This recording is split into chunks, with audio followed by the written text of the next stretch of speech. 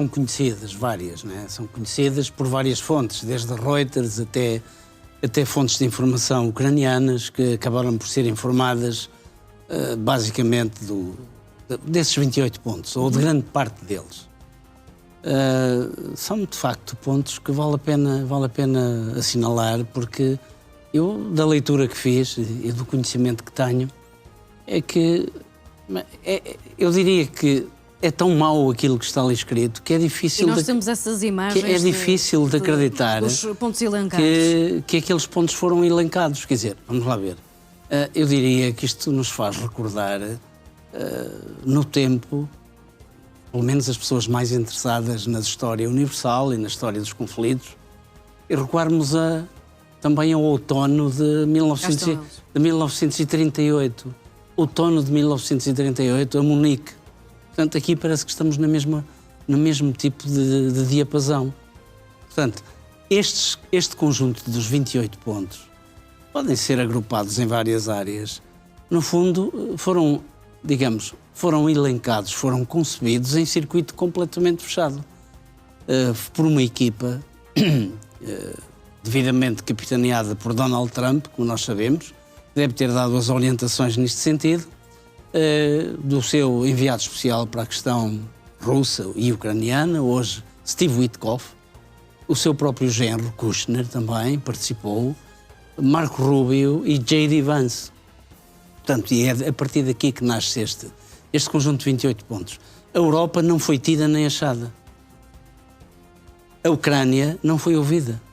Como é que se pode planear uma paz, gizar um conjunto de pontos, conceber um conjunto de pontos, sem que uma das partes beligerantes, que é a Ucrânia, e a própria Europa que a tem apoiado, não foram sequer ouvidas? É evidente que as reações não têm-se feito esperar. Não se têm feito esperar tanto no domínio interno norte-americano, como também no domínio externo.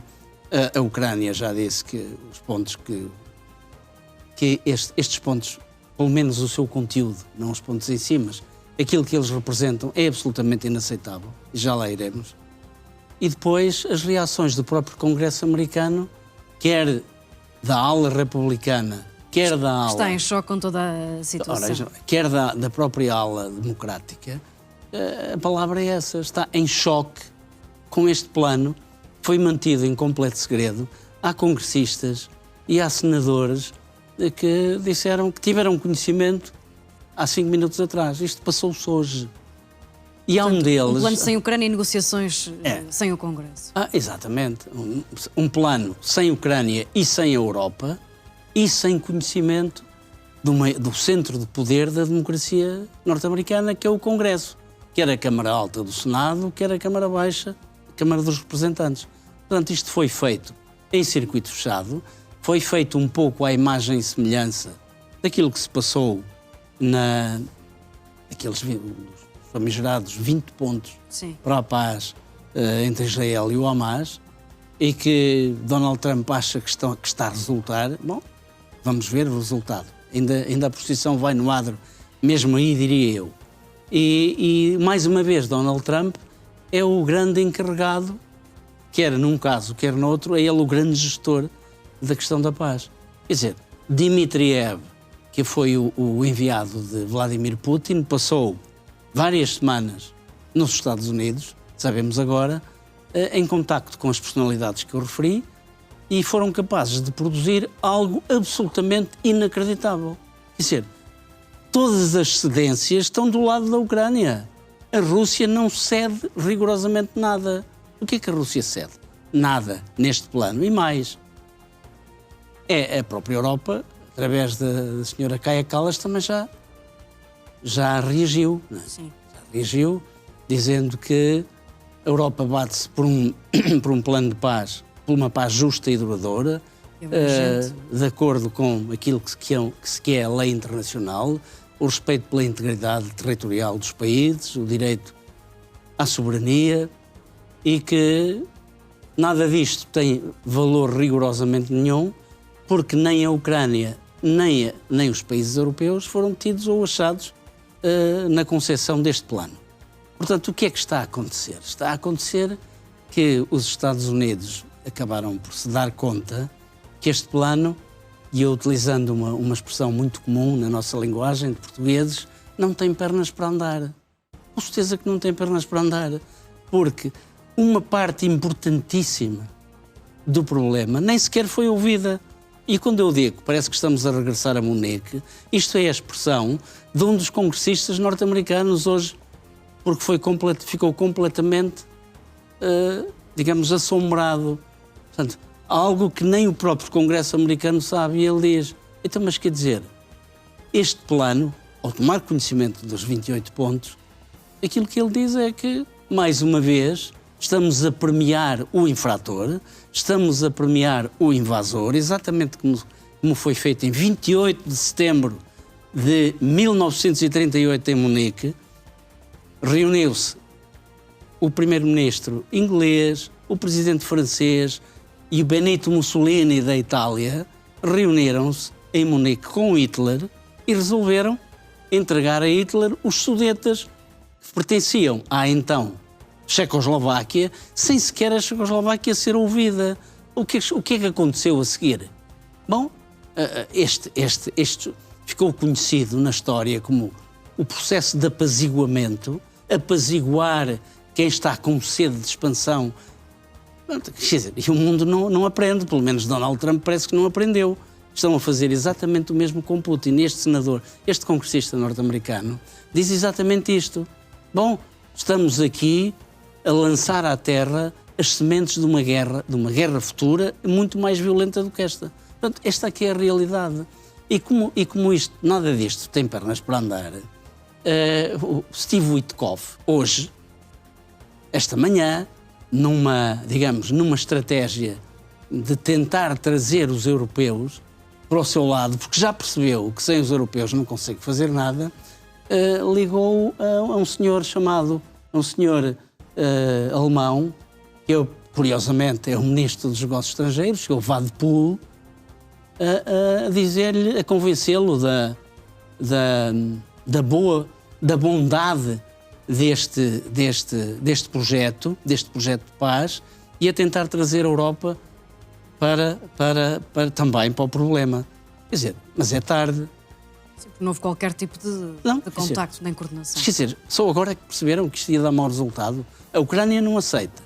Porque, vamos lá ver, a Ucrânia, além de ter que ceder território, o Donbass e a Crimeia, reconhecidas de facto como sendo território da Federação Russa, congelar nos outros oblasts, que estão parcialmente ocupados pelas forças russas, congelar a guerra nas atuais linhas. Uma zona tampão controlada por forças russas. Veja-se bem. A Ucrânia tem que se desmilitarizar. Ou seja, esse plano aponta para uma redução de 60% dos atuais 800 mil para 300 mil. 40%. Sim, exatamente. Fica reduzida a 40%. Sim. Ou seja, de 800 mil para 300 mil. E depois, impedida de entrar na NATO. Está escrito. Quer dizer, tem que alterar a Constituição para escrever na Constituição que rejeita a entrada na NATO. Depois, proibida de receber tropas da NATO no seu território. Entregar as armas norte-americanas que recebeu. Deixar de atacar a profundidade do território russo. Reconhecer a língua russa, isso ainda era ao menos, como língua oficial. Reconhecer a autoridade religiosa da Igreja Ortodoxa Russa. Convocar, a partir do dia em que fosse assinado tal documento, a partir daí, após 100 dias, eleições, eleger um novo governo. Bom, quer dizer, são tudo situações, quer dizer, que nem sequer... Bom, é um plano feito à medida da Rússia. É um plano completamente feito à medida da Rússia, cujo principal obreiro foi o senhor Steve Witkoff, que é um confesso admirador de Putin. Isso como nós sabemos. Quer dizer, aliás, temos-lo aqui. E que hoje, naturalmente, como o plano pelo qual ele é responsável, porque ele é o maior responsável, muito embora o vice-presidente norte-americano tenha colaborado, o homem responsável pelo State Department, ou seja, pelas relações exteriores dos Estados Unidos, o Marco Rubio, também participou, Jared Kushner, digamos, o genro do próprio presidente norte-americano. A que propósito aparece uma pessoa destas? Quer dizer, mas o grande feitor é este homem que aqui está. E hoje estava aflitíssimo, porque os europeus disseram-lhe que não, disse-lhe a União Europeia categoricamente que não. Não, e depois há aqui coisas que vale a pena falarmos nelas, porque depois está aqui completamente plasmado, neste conjunto de 20 pontos, o interesse económico norte-americano. Repare bem, vamos falar dos fundos, os 300 e cerca de 310 mil milhões de dólares confiscados e que são fundos soberanos russos. Estão depositados a grande maioria na Europa e uma parte relativamente pequena também nos Estados Unidos e noutros países. 100 milhões desses fundos eram alocados para a reconstrução da Ucrânia. Bom, reconstruir a Ucrânia. Está no plano, a União Europeia contribui com mais 100 milhões e os Estados Unidos, no meio disto tudo, têm o direito a 50% dos lucros. Bom, isto é algo inaudito. Os restantes fundos soberanos que estão congelados, que são os tais mais 210 milhões, o plano prevê serem utilizados em projetos a definir entre os Estados Unidos e a Federação Russa. Quer dizer, isto são situações que são completamente... Isto é algo que é o que me digo, é mau demais para ser... Isto parece uma brincadeira. Parece uma brincadeira de crianças. Isto não parece diplomacia a nível internacional. Isto é algo de amadores. Isto é algo que está na cara que não pode funcionar. Isto não funciona de forma nenhuma. Isto é o regresso puro e duro ao verão passado. Aquilo que foi acordado no Alasca, em Anchorage, no encontro entre Donald Trump e Vladimir Putin. E depois andaram aqui com umas sanções e tal, para inglês ver, digamos assim, e agora aparece um plano deste. Um plano deste? Mas que plano é este? Isto é uma coisa que não faz qualquer tipo de sentido.